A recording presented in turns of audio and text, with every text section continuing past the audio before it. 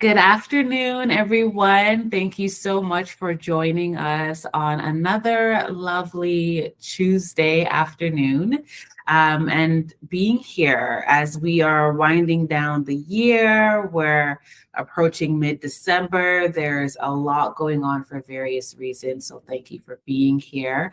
For those that are attending for the first time, you are very much welcome and good for you for tuning into your wellness. And for our wellness watchers that have been here before, are very familiar, also good for you for continuing to tune into your wellness. You are very welcome. So my name is Cassandra Francis, and I am the founder as well as the clinic director and one of the registered psychotherapists at One Piece Therapy. And today we have the lovely Sasha Latiff-Thomas, who will be presenting on when joy feels far away, navigating grief and holiday expectations. So a full topic, quite appropriate for the season we're in. So there's a lot to share and a lot to reflect on. So please, as you are attending live, feel free to either use the chat or unmute yourself when appropriate. And for those that are watching the recorded version, also please feel free to share your comments, your questions, your concerns in the comment section below, and we'll be happy to address them. Without further ado, I will pass it on to you, Sasha. Thank you. I appreciate the warm welcome and the introduction, Cassandra. And I also wanted to take this time to welcome everyone who's joining in and, those who may tune in a little later. Right? So as Cassandra mentioned, today's presentation will be on grief during the holiday season. And before we get started, I wanted to take a moment just to outline today's agenda. Right? So we'll be exploring the many sides of loss, grief, and mourning during the holiday season. And then we'll talk a little bit about cultural expectations and the societal pressures that can shape how we experience this time. Then we'll move into some strategies for coping, for taking care, with a little bit of a focus on counseling approaches and techniques. And we'll kind of wind down and conclude with any question or comments that might have come up in this presentation. Okay, so loss touches everyone in some way, and the holidays in particular can make that loss feel especially present. Sometimes people don't even realize they're grieving or don't give themselves permission to feel that grief in a season that is surrounded with messages that really include joy and connection. So because loss and grief can show up in many different forms, I thought it would be helpful to take a closer look at these experiences and what they mean. So let's start on this slide by getting just a little bit more familiar with the words loss, grief, and mourning. Pretty much when we experience a loss, we enter into grief and mourning. Okay? So the experience of loss is deeply individual. Right? And because loss can take many different forms, our emotional responses are rarely the same from one person to another. So losses are tangible, meaning they're more direct and they're easier to identify. So some examples can pull on like death, the end of a relationship, or changes in health. And intangible losses, which are less direct and less visible, can include connection, safety, identity, self-worth, and independence. Right? So these examples may feel especially relevant during the holiday season. So for example, the holiday, they tend to emphasize togetherness, right? Which can make losses like death, for example, feel sharper, right? Then we're talking a little bit about changes in identity that can also surface more strongly during this time, right? As roles within families or friendship shift after that death. Right? So it's important to recognize that these tangible losses tend to accompany by intangible losses, and both of them affect our grief.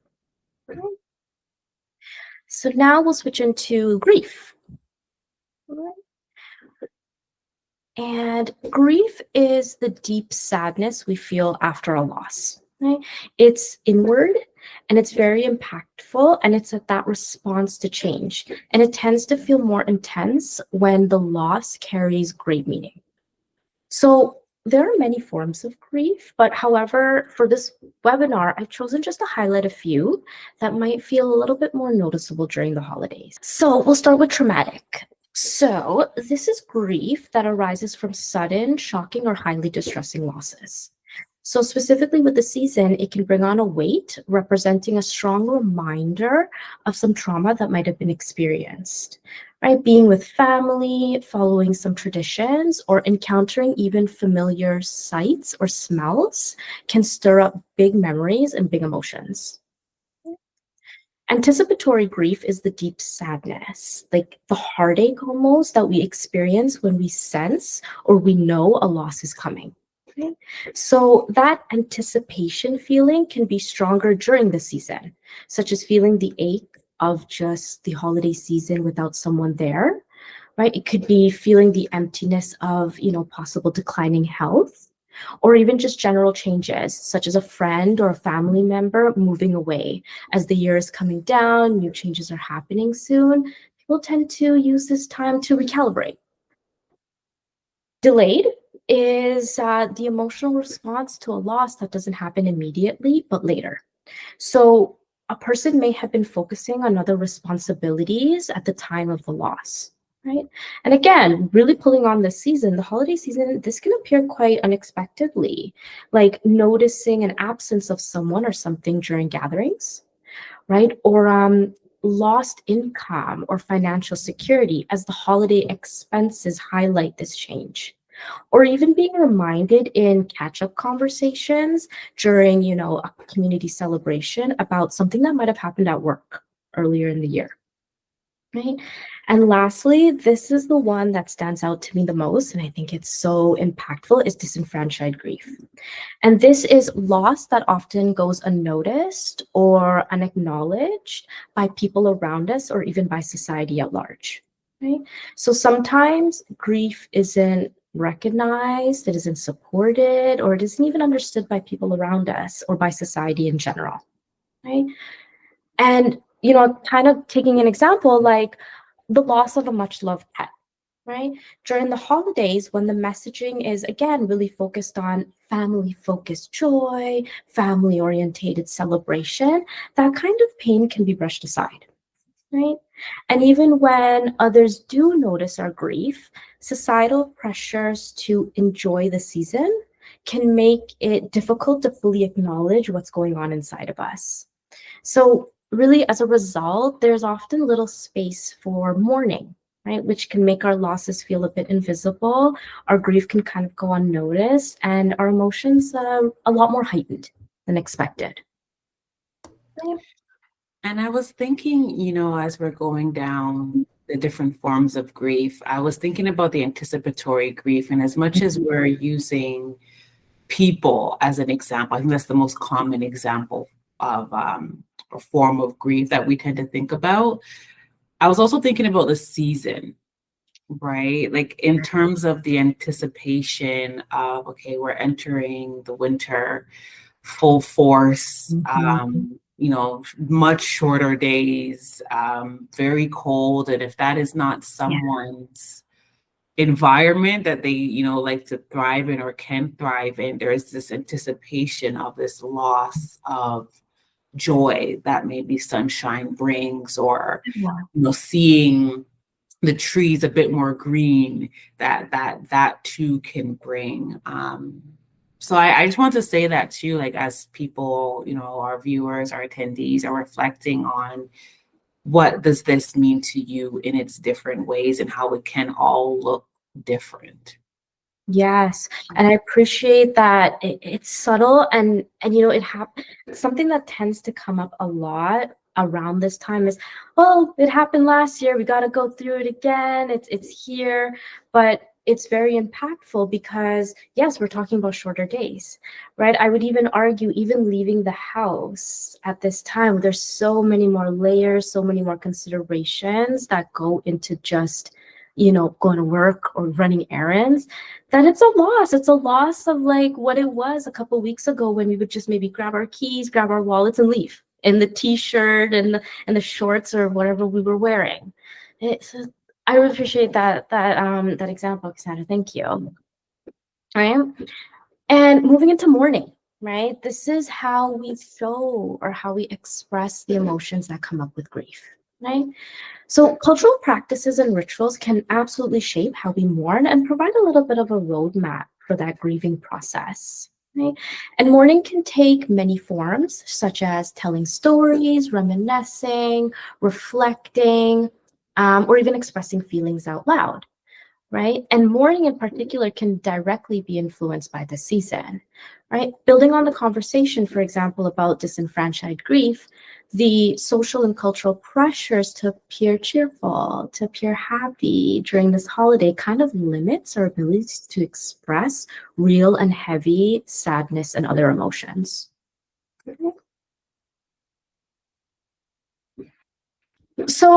So far, essentially, I've mentioned things like the holidays and the holiday season several times throughout, but what do I actually mean by this? So, although this webinar is taking place on December 9th, the holiday season often begins much earlier, right? Sometimes as early as October, when many people start encountering the sights, the sounds, the expectation of the season. Similarly to what you were pulling on, Cassandra, like the wind down time, the fall, all of those things kind of come up, and holidays are also kind of present too, like Thanksgiving and Halloween, right? And for some people, this can actually stretch all the way up until January. So when we talk about the holidays, the impact, the season, and how this like kind of plays into our grief and mourning, we're really talking about this extended period of time, this extended period of cultural and societal pressures, traditions, and gathering. So not just one single date or a few dates kind of scattered on the calendar.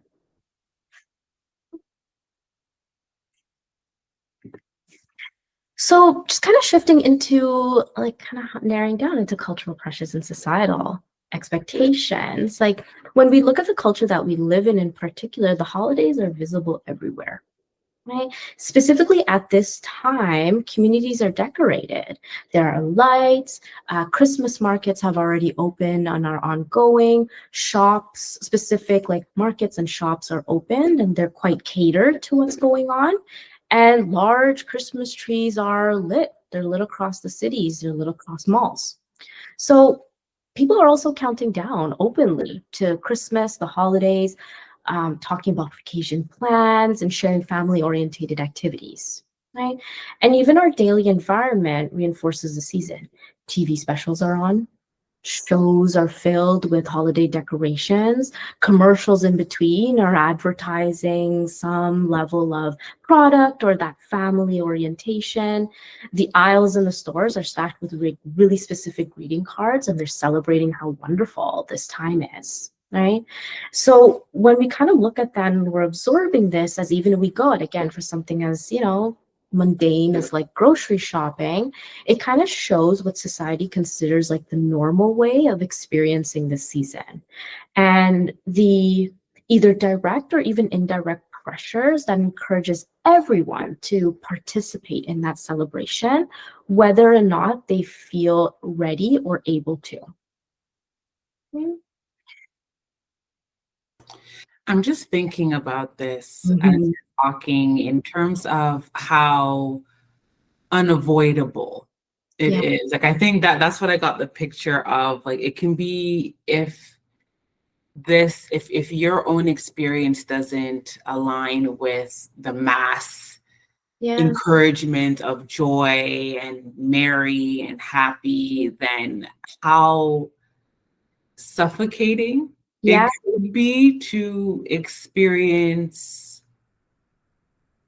all these messages, right? You can turn off your TV, but then it'll be hard to not go outside. Right? Or maybe you don't go outside, but maybe you're on your phone. Like it's, and I'm definitely not encouraging anyone to isolate by means of avoiding, but it is really highlighting how challenging it is to avoid this season and what can come up because of it. Absolutely. And I think suffocating is a beautiful word for that. It's overwhelming. It's in your face. Like, and I touch on different like senses as well too, right? You're smelling things, right? You're seeing things, right? Like you're touching things. Like when you go out, like sure you might be going out again for your groceries, but beside that, there might be like a box of like chocolate or like a cookie or something along the lines that really just go into like, this is the holidays, this is what we're expecting. You know, you might not like that vegetable you're getting, but make sure you smile and be really excited for this other part that's coming up. And truly, sometimes that's just not what we're feeling. Right. We're just, that's not it. Right. They would even have in grocery stores, oh, here's desserts that are only for the holiday season. Mm-hmm. Right. So there's, yeah, you're right on. Right. It's a lot. You know, I have, and I like what we're talking about. Like we're mentioning some of the messages and the expectations that come along with this season. And language is so important, like words like joy, celebration, enjoy the season. And with that, I actually invite us all to think about some common phrases that we hear at this time of year. Absolutely, it's traumatic, right? To even again be pulling on what we see, what we hear. Holly jolly, I like that one. Yes, holly jolly. Happy holidays, right? That's one. Peace on earth. You know, sometimes some of the messaging that we get. Count your blessings. I've also heard that, especially around like the Thanksgiving piece. I hear give thanks quite a lot. So just even like the norms, right, or what's expected to even welcome this time of year, you know, can be quite impactful. It almost is like we conform to that. Well, if we have to count our blessings, well, what if right now I don't really feel like doing that? Now I'm kind of put in the space that I kind of have to, maybe. Right. Even the joy to the world. Joy to the world. Right. It's like, well, if my world feels dark and lonely or isolating, then where's the joy in the world? Right. And where does that leave space for those if there's no joy? Very little. And I do want to highlight, while these are meant to be warm and to be positive, right? They aren't always culturally or emotionally sensitive. Right. And again, they imply that everyone is happy and everyone is celebrating and everyone is surrounded by loved ones, which again, just really isn't the reality for many. So when everything around us signals that joy, it can limit and it can shelter the way that we feel able to grieve and mourn, right? We might end up holding back tears. We might end up, you know, avoid talking about our losses, or sometimes skip comforting rituals to fit in with the seasonal mood that everyone and everything is talking about. And I think, you know, when I was preparing this webinar and I was kind of reflecting on the season, it reminded me again of how grief or resistance to holiday cheer is often represented in the media, which is kind of why I pulled on characters like Mr. Grinch or Ebenezer Scrooge, you know, bah humbug.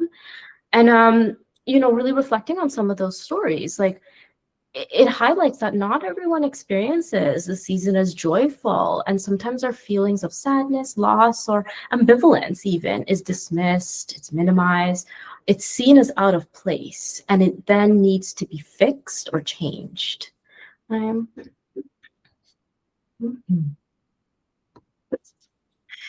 So, you know, so far we're really acknowledging that grief and mourning, you know, during the holidays can feel, as Cassandra mentioned, suffocating or especially overwhelming. And, you know, as we've highlighted, cultural expectation and that societal pressures can make it even harder to express what we're truly feeling, right? So with that in mind, like I was thinking that we shift into exploring like just some approaches, some gentle approaches that we can all kind of pull on that can help us navigate the season, right? And really focus on caring for ourselves in ways that honor our grief and support our well-being. So honoring our grief And taking care of ourselves during the holidays isn't just a simple or a linear or a step-by-step process or formula. So I kind of just wanted to start there. Sometimes we really pull on, maybe like a little bit of structure, or maybe something that we can just kind of like go to and read like point one, point two, point three to really get us to this piece. But it can look a little bit different with grief. Right. So again, it's less about fixing and less about checking box and more about gradually adjusting our approaches, right? Almost like a little shift in lifestyle, just by learning how to navigate and live with the emotions. Because ultimately, grief at the end of this is an ongoing emotional experience. So I wanted to introduce this technique or this idea called coping ahead skill.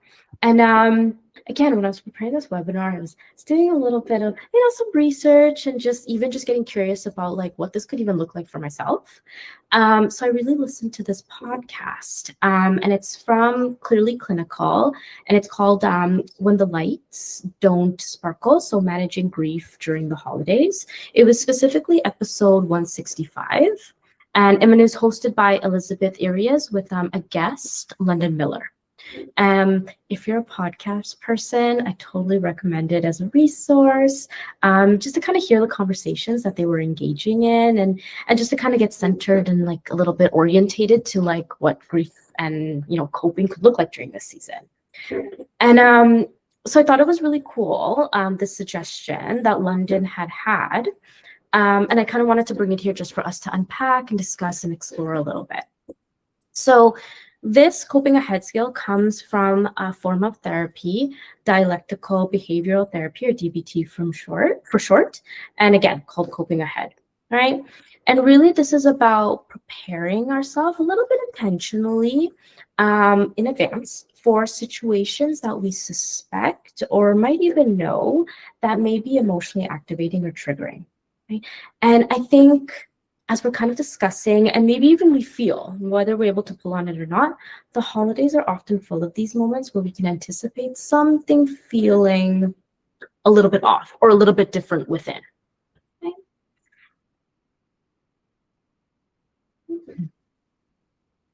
So how do we practice? Like, what is coping ahead? Like, how do we practice this? So this slide shows some of the ways that London suggested to practice the skill of coping ahead. So I decided to kind of take it and number it, 1, 2, 3, 4, just to support a little bit more clear understanding and easier use. Right? So the first one, for example, is allowing ourselves to feel emotions, right? And this could look like giving ourselves that permission piece in advance to ride the wave of whatever comes up with grief and mourning, right? Second, jotting down what's kind of coming up for us, right? Writing down emotions, thoughts, concerns, right? Can also start supporting that awareness and understanding of what has been triggering or what has been activating for us, right? Third, planning some supportive actions for ourselves, right? That could look like arranging a check-in with a friend, having a quiet space to regroup, deciding in advance how long we want to stay out or stay in, and even modifying or keeping some rituals. And the last one is setting some timers or some reminders to take some breaks during this really busy, really overwhelming season. So, having a mindfulness plan, right? Setting some boundaries. And I think, Cassandra, you're talking a little bit about this, reducing some exposure to the media, to the environment, not in an isolating way, but just limiting, right? Timers, right? And intentionally building in some resting days. And I just want to check in here too, because, this is a beautiful list of options for people to choose on. Okay, how do you cope ahead, right? Yeah. Preparing for the season, being in the season, and maybe even after the season. I think it's also important to acknowledge that as much as, we can all do these on our own, for those that might need more support with jotting down what's coming up for you, right? It's kind of like, well, I don't know, I just feel a cloud. Like, how do I, even maybe calling it a cloud is not coming to the mouth, right? Or the mind. I did want to say, if you have any, concerns or need additional support with these options, please feel free to reach out to us at One Piece Therapy, as Sasha is open to supporting you with building your understanding of how to cope ahead. Because yes, I do, and we do acknowledge that it's sometimes not easy to do these alone, even if we're giving it for you to try on your own. Yes, absolutely. Like I think I'm excited that you said that too, Cassandra, because I think the following slides, I'm going to break this down just a little bit more, but even breaking it down can still feel really overwhelming. Like even the first one, allowing ourselves to feel emotions. What does that even look like? What if I sometimes not even have the language for what I'm feeling? Like I can't communicate that. I don't know where to start with that. That's a beautiful place to start, but it can require that support. Right, exactly. And one of our attendees, and thank you so much for using the chat, Yeah. mentioning that they go back to physical activity and staying away from sad songs or movies content. Yeah, that is so good, because as much as we're saying that the happy, Yeah. jolly feeling can be overwhelming, also so can tuning too far into the sadness of the content as well. Mm-hmm. Mm-hmm. Right. And even that kind of like it's planning the supportive actions, right? The physical activities, just kind of like that mindfulness around like sadder movies, sadder things, sadder music, right? It's starting that process. So it's a beautiful way to introduce that, for self, right? Now even maybe getting curious around what to add, or even continuing through the season. Perfect. So yes, like we were kind of getting into this. With that being said, like there's a intentional and additional reason for why I numbered some of those practices, because I think some of those strategies do require a little bit more guidance, and a little bit more support in putting into practice. And which is why I wanted to introduce an approach or a bit of a framework that I find especially meaningful for this type of work. And it is pulling on a modality or a therapeutic approach called acceptance and commitment therapy, or ACT for short. Right? So ACT specifically focuses on the acceptance of difficult thoughts and emotions rather than fighting them, but still committing to actions that align with our values, our needs, things that are really important to us, even through this season. So this can help us navigate grief specifically in a way that's both compassionate but also intentional. Again, during this season, that kind of brings up very unique and sometimes unexpected challenges. So let's start with number one. So allowing ourselves to feel our feelings, feel our feels, feel our emotions. Right? So this looks like, again, allowing ourselves to truly feel our emotions, especially in a world or a season that often tells us not to, takes intentional effort and practice. So I'm a resource person. So I wanted to just pose another resource in here. It's a book that I recently took a look at and read. It's called It's Okay That You Are Not Okay, Navigating Grief and Loss in a Culture, kind of on theme here, that doesn't understand, right? And it's by Megan Devine. And Megan draws from her own experiences, specifically of bereavement. So specifically the death of her partner, her husband. But many of her insights are quite relevant to people navigating all types of losses. So even though it's kind of focused on that area, I thought it can still be used across the board, right? And what she really emphasized, and I really want to hone in on this, is grief is real, grief is intense, and it is exactly as painful as it feels, right?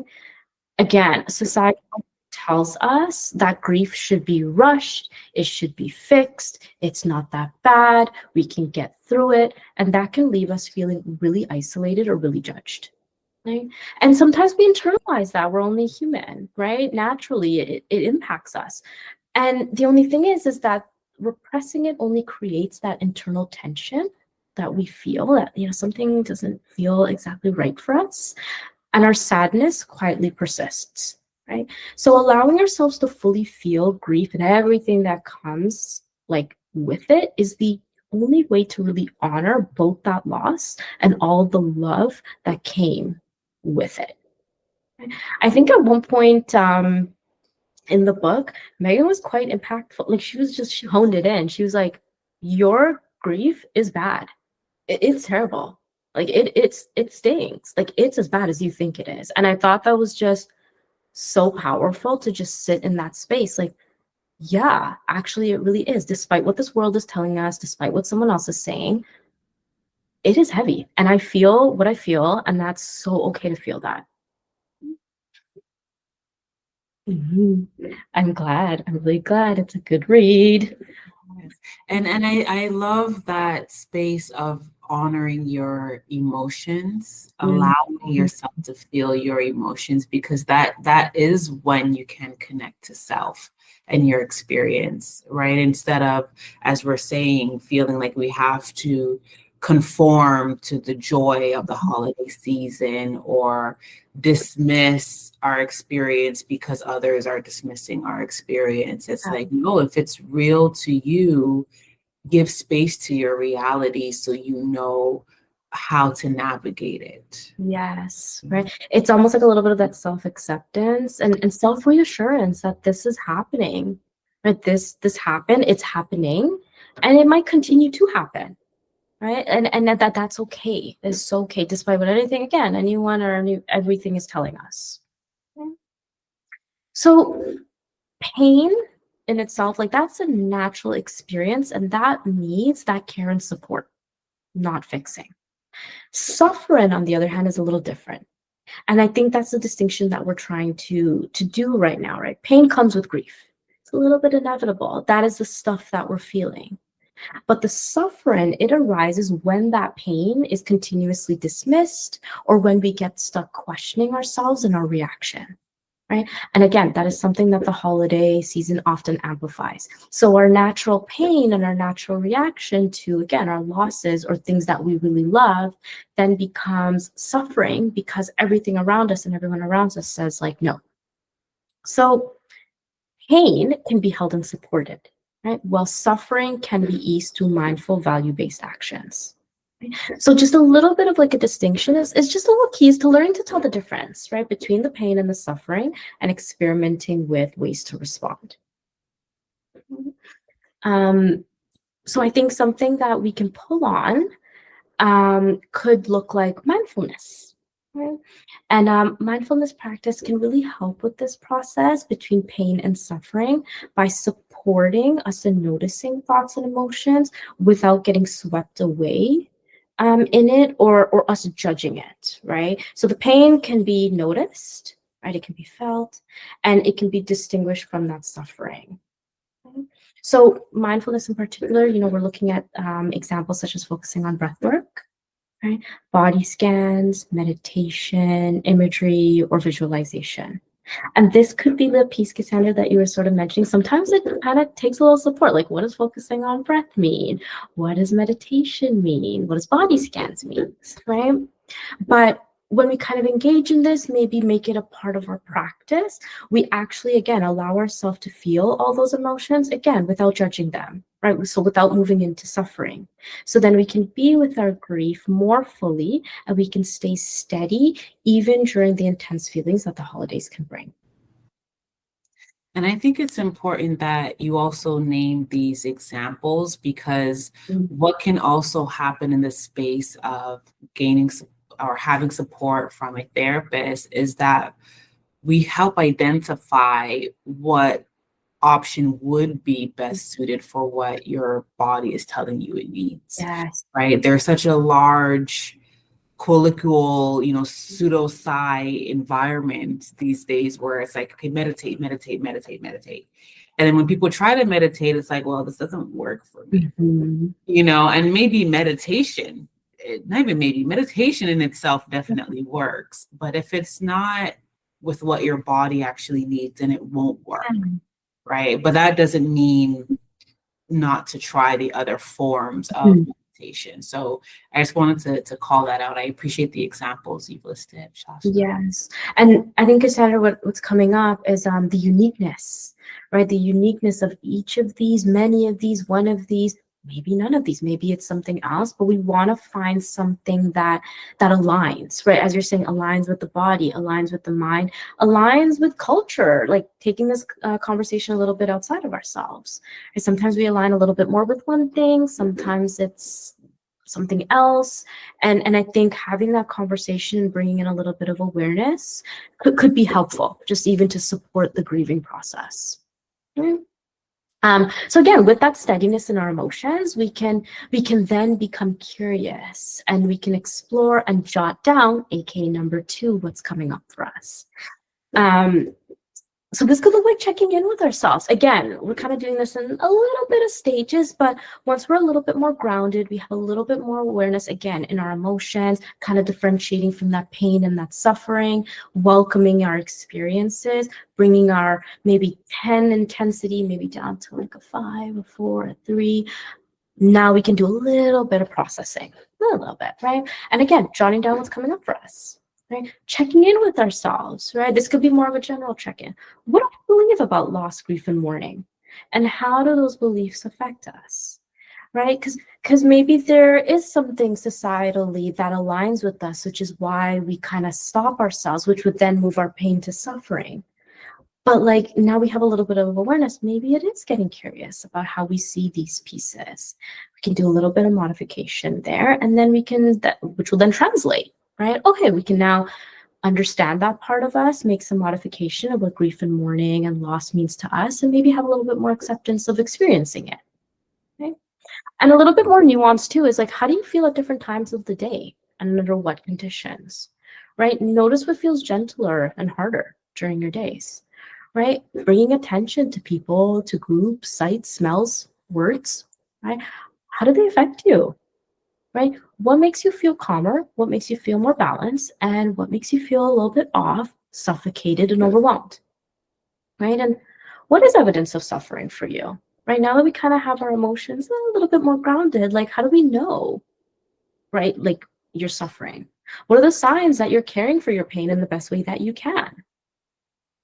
So again, by kind of doing a little bit of processing and by noticing the differences between pain and suffering and recognizing what makes us feel well or unwell in this present moment, we can take practical steps, right? Like steps 2 and 3 that we'll get into, like planning supportive actions in advance and setting timers or reminders to take breaks. Okay. So number 3, planning our supportive actions. So I know the image is a little small on here, but it is an image of preparing a holiday checklist, right? And this can be really helpful with deciding in advance about what traditions to keep or modify, who and what are our safe spaces and people, and overall what feels manageable for the season for you. Okay. So now we can kind of get into a little bit of the writing piece. So sometimes we have this all in our mind and we're trying to kind of piece these things out. So I thought this was a beautiful thing to put it on paper. Sometimes now we need like that tangible stuff so we can refer to when things become a little bit more intense. Now we have our list. So this one in particular is from Peace Arc Hospice Society. They created and I think adapted a checklist as part of their Living with Grief During the Holiday handout. And again, this can be used to plan for the upcoming season, right? So the image is a little small, but on here, it includes different headings to reflect on what typically happens during the holiday. So I believe some headings there were like holiday music, holiday cards, gatherings, what you'll do, what you won't do, what you'll prepare, what you won't prepare. And it has like a bunch of subheadings as well too, right? So what this is really, it's an opportunity to redefine or create new traditions and rituals that align with your needs and values for the season, right? This can kind of help you feel more in control and a little bit more empowered in your experience of loss, right? I think it's also important to highlight those two words, your experience. Remember Mm. that sentence, your experience as a loss, right? Yeah. Because even with this list, and I really like this list, I know often when I give clients different thing like handouts, like a sleep Yeah. journal, for example, of okay, track your sleep, what changes occurred here and there. It goes along with this in saying that personalize it, right? It's your experience with grief. So if some things feel like, okay, this doesn't apply to me, or maybe it Mm. stimulates something that does apply to you, to add it to the list. It's so important to not feel like you have to fit in a box as you navigate this Yeah. season, especially in its cycles of, the calendar ends and begins at some point in time. Right? Mhm. So, yeah, I just want to add that in. It is. It's really nice. And it's beautifully because like they have 1, 2, 3, 4, 5, maybe about 7 like big headings there, but they have a lot of subheadings to guide even more smaller and manageable actions. So for example, like I think one of it's there, it's like holiday music, like, and then we're kind of getting into, do we play it or do we not? Right? Or like what music are we even kind of feeling this year? And I think one of the participants had kind of brought in like movies, right? Maybe that's a bigger heading. Like, what am I even taking in for this season, right? Am I even doing movies? And if I do movies, what does that kind of look like? Maybe it's getting really specific. Like, these are the titles that I want to watch. Like, these make me feel kind of good. And these are the ones like, oh, I've noticed like, oh, that's like really, really sad or really, really activating. Maybe I just don't want to do that right now. Or like maybe I don't want to do it for the month of December. Maybe I'll do it in January, or maybe I'll do it in October.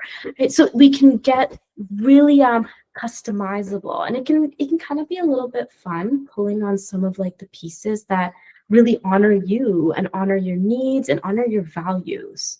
What do you value? Like what? And taking just some small steps that can kind of go in that direction. It's really nice to kind of create this. And again, with someone too, kind of co-creating it.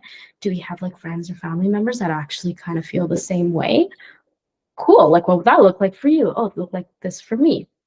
Or again, with your therapist as well too. And I'm like, oh, like what is impactful to you? Maybe there's some prompters that maybe like a therapist can kind of prompt to be like, oh, I didn't know that. Like maybe that can go under this heading. Or like I didn't even know about this heading in general. Maybe let's do that.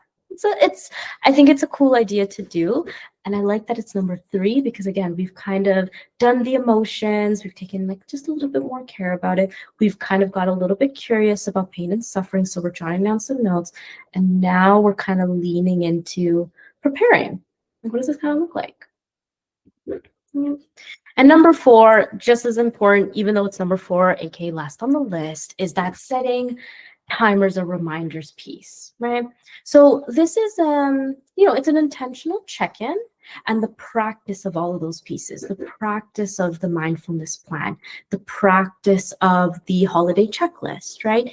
If you do decide to partake or not partake in holiday gatherings, festivities, environments, conversations, etc., etc., so the list goes on, right? So something that's really important as part of this, I think, is setting and communicating gentle boundaries, right, that are culturally sensitive, right? So again, a lot's kind of happening in this season, and we may decide that we do want to include ourselves in some of it, and we don't want to include ourselves in other of it, right? So this boundary setting, or at least getting curious around things, could include like, when are we arriving to these gatherings and activities, and when are we leaving? Okay. And what do we say if we're accepting or declining or leaving? And how do we say that? Right. So how much, like a prompter for that is, how much do you want to share about your feelings and circumstances? Again, really catering this experience to you, and how much we want to kind of lean in and pull back. What stays kind of like within us, a little bit more sacred, a little bit more close, and what are things that we feel, pretty good saying, like, no, I'm not coming. Right? Or like, thank you, but I'm not coming, and practicing that, right? Like sometimes for some activities, people, communities, we have a little bit more structured in how we say things. And then for others, it's a little bit more free flowing, like maybe with closer friends, like, no, I'm not, okay, I don't want to, or just no, right? Um, taking breaks, right, from that social media environments that do feel overwhelming. And I think this is a big one too. Sometimes we kind of miss this, not intentionally, but just because of the environment and the culture that we live in. It's go, go, go. Giving ourselves permission to rest, to slow down, to cry a bit, as well as containing it, right? Again, with a timer or with a boundary. Like maybe we do say something like, you know what, for the next hour, I'm going to be sad. I'm going to put on that hour-long movie that's sad, containing that and be like, we kind of honored our grief, we honored our sadness. Now we can kind of like shake it off, like do a little bit of movement after to kind of get back to what is also really important to us. Okay? So again, our mind, our heart, and soul can feel supported, right? Our pain, again, can be held, as opposed to turning it into suffering, where we don't do any of that. And we're just like powered through, gotta feel good, must be happy, must be on, must be cheerful, when, again, that isn't exactly the case here, right? So, both of these pieces, the reshaping traditions and breaking things into small values guided steps, it fits well with that practice that I was talking about, ACT therapy, because again, ACT is encouraging us to make room for our grief and to feel it and to really honor it, but still taking really meaningful actions that reflect what matters most to us. And here's one thing I kind of like contemplated and reflecting. There actually is a little bit of one helpful aspect to all these societal norms and pressures around the holidays, is that the season really emphasizes messages of community, togetherness, support. And it's all around us, right? So reaching out for help, whether that be from like a professional or from supportive people or places in your life, is always an option during this time. So, I invite, as you move through the season, this holiday, and every season and holiday, not just this one, right? Honor your grief, right? Acknowledges, right? Carrying the losses that were so impactful to you, and just noticing the strength that it takes for you to keep going, right? You're taking care of all parts of yourself, right? And please lean on the people, lean on the things, lean on the practices that help you and only you, right? Feel grounded, supported, and nurtured in this process. So I really did want to thank everyone, for being here, with Cassandra and I today, and just like to share some space, have conversations, reflect, a big bunch of reflection on our grief, right? And yeah, the floor is kind of open for any questions, any comments, any thoughts, anything that feels right. Thank you so much, Sasha, for a lovely and quite digestible webinar about grief. I know sometimes even those that are probably interested in hearing more of how to cope with it, it's kind of like, oh, I don't want to deal with that, right? Like it's that balance of, okay, I know I'm experiencing this, but I also don't want to talk about it for an hour or so, right? Yeah. Making it light, making it digestible, making it practical is so important. So thank you. Thank you for how you delivered this and what you've shared. I know we have one of our attendees that's been very engaging. So thank you for also letting us know what you're receiving and how this information has been of use for you. Of course, continue to, if you're typing, continue to, ask the question or say the comment that's on your mind. But I also wanted to reiterate that Sasha is accepting new clients as well. So if you feel maybe your question can't be summed in a sentence, or your experience, your thoughts they typically probably aren't summed in a sentence, especially in front of strangers, please feel free to reach out to us. The information is here, and we're happy to schedule a free consultation so you can continue this conversation with Sasha. Otherwise, thank you all for attending today and tuning into your wellness. This webinar will be on our YouTube page, One Piece Therapy, so you can continue to also revisit all the things, all the tools and techniques shared today as well. Of course, I want to thank everyone, yes, for joining today and even just sharing experiences. Like it's modeling, like, oh, that could be really cool for me too. Maybe I'll look at like some of my practices right now. And I appreciate everyone just kind of like being with grief. I think today we were kind of with grief, so just taking some time to be, I think is really important. And I appreciate everyone here.